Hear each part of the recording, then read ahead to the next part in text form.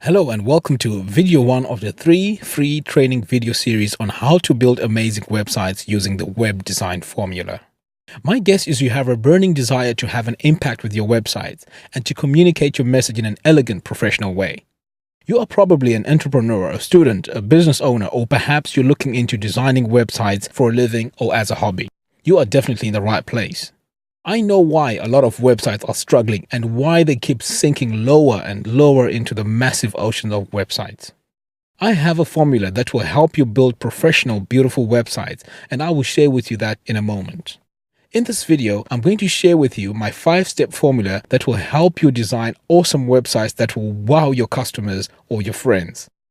I'm going to do my best to inspire you to get you started. I want to give you the information that will change your life and the way you look at web design forever. I want to give you the tools that will enable you to build amazing looking professional websites for yourself or your business, or perhaps even use this formula to build websites for a living, just like I do.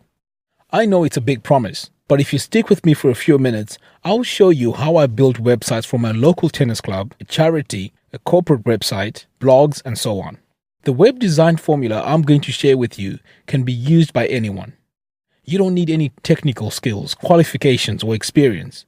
All you need is a computer and an internet connection. So who am I? My name is Augustine Makachemo. I live in a small town in the West Midlands of England. I grew up in a poor family with hardly any luxuries. My dad was on low income and had to support a family of 6, and mom was a housewife. His main priority was to get us through a decent education, and that's what really mattered to him. I knew I had a serious responsibility to help with the family when my dad was diagnosed with lung cancer.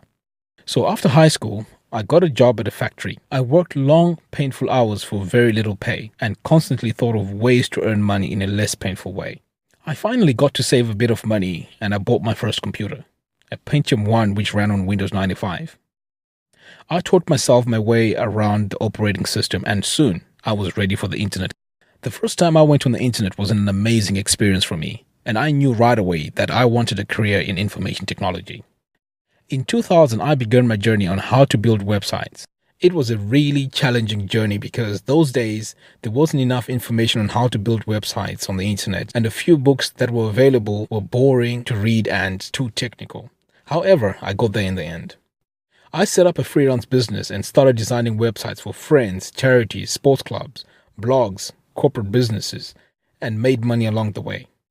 I know that sometimes when we talk about web design, we are conditioned to think that you have to be a programmer and you have to know all these complicated programming languages like PHP, JavaScript, ASP, and so on. Trust me, you don't need to know any of these programming languages to design websites. In fact, I don't even know any of these programming languages. I've simplified the design process by putting together the critical steps you need to know to design websites. All this is in the web design formula. By now, you're probably asking yourself, why am I giving all this information away for free? What's the catch? Well, before I can go ahead and give you the web design formula, I want to share with you why I'm doing this. I've always had a passion for sharing knowledge. In fact, if you haven't been to my website, graphicstv.com, go and check it out. I have videos there where I share graphic design tips and tutorials, all for free. So if you're ready, let's get started. The web design formula is broken down into 5 steps called the WRSAT. Let's start off with the W, web domination. When you register a domain name, or if you have a domain name, it's not enough just to have a domain name. You need to create usernames of that domain on social networking websites. For example, if you have a domain name called graphicstv.com, you need to have a Twitter, Facebook, YouTube account with that username of GraphicsTV. Provided with consistent colors, logos, this creates a strong brand and also helps the ranking of your website on Google. Let's move on to R, research. Now, before you can build your website, you need to plan and research the keywords that are less competitive in your market. A lot of amateur designers just build websites and hope that visitors will come. Now, this approach is deadly and will keep your websites buried in the Google searches. It's easy to do the research. All you have to do is to go to the Google keyword tool and check how competitive your keywords are. Alright, let's move on to S, site architecture. Before you dive in and start designing your website, you need to sketch your website architecture. This is a visual representation of how your website pages will link to each other. This will give you a clear understanding on how the web pages and the categories will be laid out before you start designing. Alrighty, let's move on to A, the appearance. This is one of the most neglected stages of web design. Let's take a look at typography. You should not use more than 2 typefaces on your website. The more you introduce typefaces, the more you're going to clutter the message. So just stick to 1 typeface and different font weights. On your main content, make sure that you have enough space between the lines in your paragraphs. Otherwise, your message becomes too difficult to read. Let's move on to color. The colors that you choose on your website should follow a color harmony. There are certain colors that look good together, while others look really bad next to each other. Choose colors carefully for your projects. Color can trigger psychological emotions. Let's take a look at images.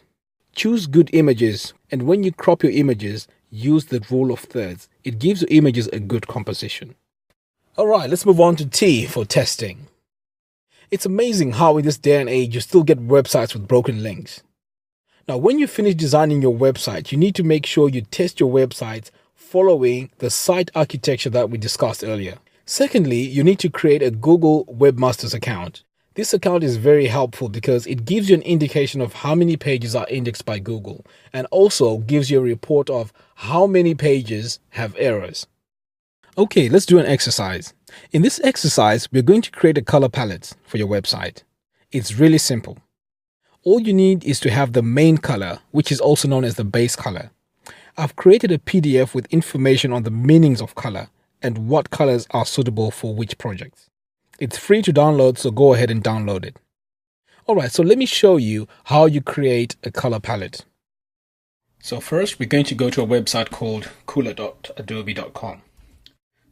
Okay, we are here on cooler.adobe.com. This is an excellent website for creating color palettes. So what you can do is you can start by browsing these colors and see which color palettes you go for. Alternatively, you can search for the color. So say, for example, you need to create a website for coffee. So perhaps you want to design a website for a coffee shop. These are the ideas that come up for coffee. And you can see these palettes are already created. But now in this example, I'm going to show you how to create your own. So what you're going to do is you need to sign in. If you don't have an Adobe account, so all you have to do is to come up here and register. It's free and it doesn't take long. So I'm just going to log in with my Adobe ID. Okay, so I'm logged in. What you need to do is to go to create.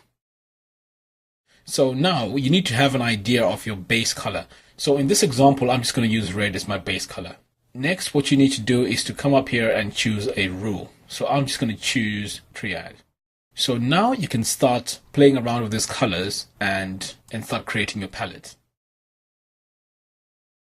So I really want to have a dark blue, so I'm just going to come here to this slider and make it really dark, like so.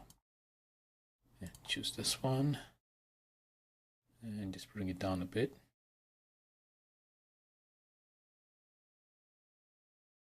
I think I'll leave that as it is.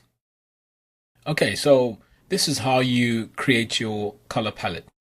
When you're done, what you need to do is to come up here, give it a title. So I'm just going to say color 2, and then you save it. So once you've saved it, you can see here I've created another one earlier. So I'm just going to click on that. Okay, so that's my color palette that I created. Now the advantages of registering for an account is you can always log in and go to your saved color palettes. Okay, so now that we're done, on the Mac, what I normally do is I hold down the Shift Command 4 to actually select the part of the screen that I want. On Windows, what you need to do is to press Print Screen, and then once you've done that, you open Paint or Microsoft Word, and then you go to File, Paste. Now that pastes that image onto your document, and then you can save it as a JPEG or a GIF. I've gone ahead and created a design using this color palette so that you can see how it's going to look and how the colors work well together.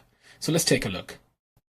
Okay, I've created this quick design just to show you how these colors work well together in a real life situation. Now what I've done is I've put the light colors on top of the dark colors to create contrast. This makes it easier for your reader to read the message. Okay, let's move on. Once you've created your color palettes, please do share them with everyone. And don't forget to tell us what the website is going to be about. Remember, This is one of the most important steps to creating professional looking websites. I'm looking forward to seeing your color palettes. In this video, we covered web domination, research and planning, site architecture, appearance, testing. In video number 2, I will show you how to implement the web design formula on a real-life project. I will even show you the tools and the websites I use to put this formula into action. Please put your questions in the comments box below and I will try to answer every single question. Also, share this video with your friends, your family, or whoever is interested in web designing. Thanks for watching and I'll see you in the next video.